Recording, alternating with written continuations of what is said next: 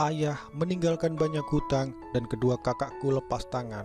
Ketika aku hendak membayar hutang, kreditur itu justru memberiku uang 1 miliar.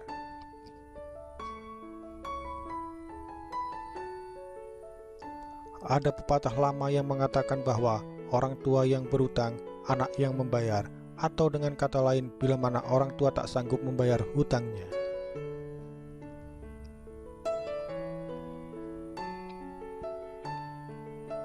maka hutang itu dapat dibebankan kepada anaknya untuk membayar. Namun dalam undang-undang juga ada ketentuannya. Siapa yang menandatangani surat utang, dialah yang harus membayarnya.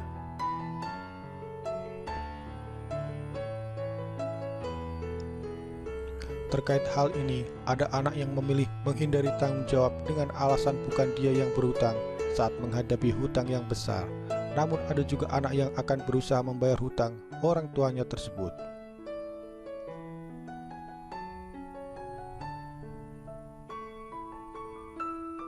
Karena kepedulian dan perhatian mereka, aku Xiaoqi, putri bungsu dan punya dua kakak laki-laki dalam keluarga.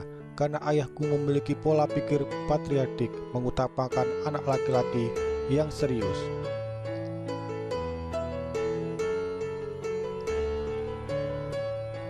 Meskipun aku anak bungsu, tetapi aku lebih banyak bekerja di rumah daripada kedua kakakku. Namun tidak pernah mendapatkan perhatian sedikit pun dari ayah, jika bukan karena ibu yang lebih bersikap baik.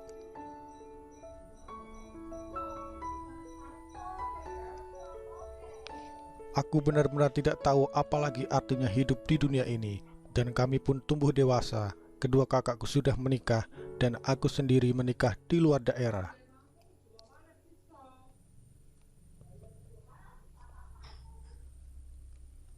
Orang tuaku juga akhirnya bisa menikmati masa tua mereka, namun sebelum sempat menikmatinya, ayah mengalami kecelakaan dan meninggalkan kami untuk selamanya.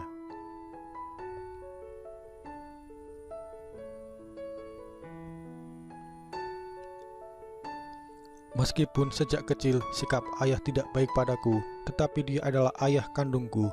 Aku pun gegas pulang ke rumah bersama kedua kakakku. Kami pun tidak kuasa menahan tangis saat memandangi tubuh ayah.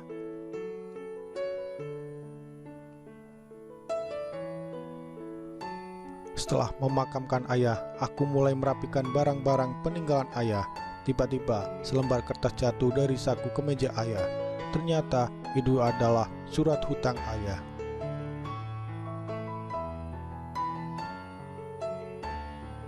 Tak disangka, ayah telah meminjam begitu banyak uang dari orang lain. Walaupun aku dan kedua kakakku tidak tahu untuk apa ayah meminjam uang sebanyak itu, tetapi hutang itu tetap harus dibayar.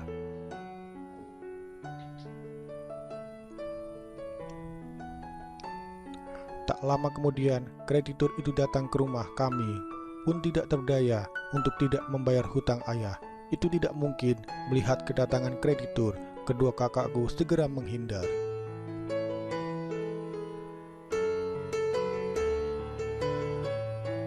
Tapi aku menahan mereka.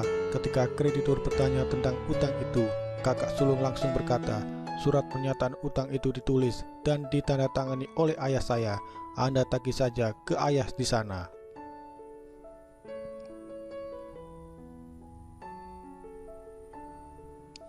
Saya tidak punya kewajiban untuk membayar utang ayah. Kemudian kakak kedua juga berkata, entah benar tidak surat pernyataan utang itu. Lagi pula, mana mungkin ayah berhutang begitu banyak.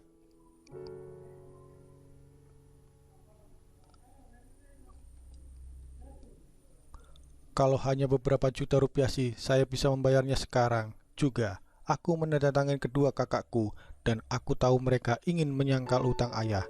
Tetapi bagaimanapun, hutang ayah harus dibayar.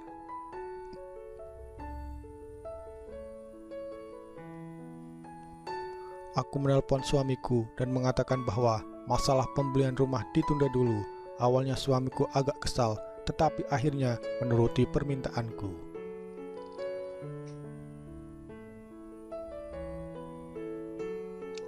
Aku minta alamat rumah kreditur, kemudian pulang ke rumah untuk menyiapkan uang tunai. Keesokan harinya, ketika ke rumah kreditur untuk membayar utang almarhum ayah, kreditur itu malah tertawa sambil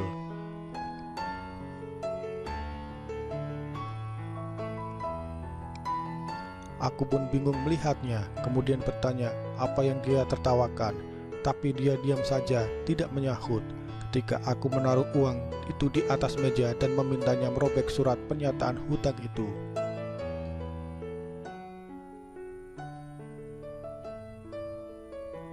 Kreditur itu mengatakan bahwa itu adalah ujian dari almarhum ayahnya.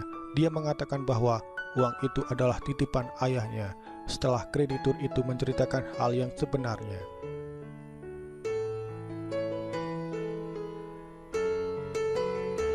Aku baru tahu kreditur ini adalah saudara angkat almarhum ayah.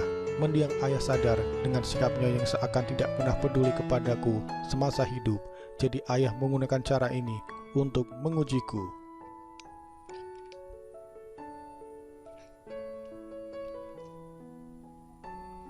Jika aku datang dan membayar hutang, maka saudara dari almarhum ayah itu akan menceritakannya secara detail.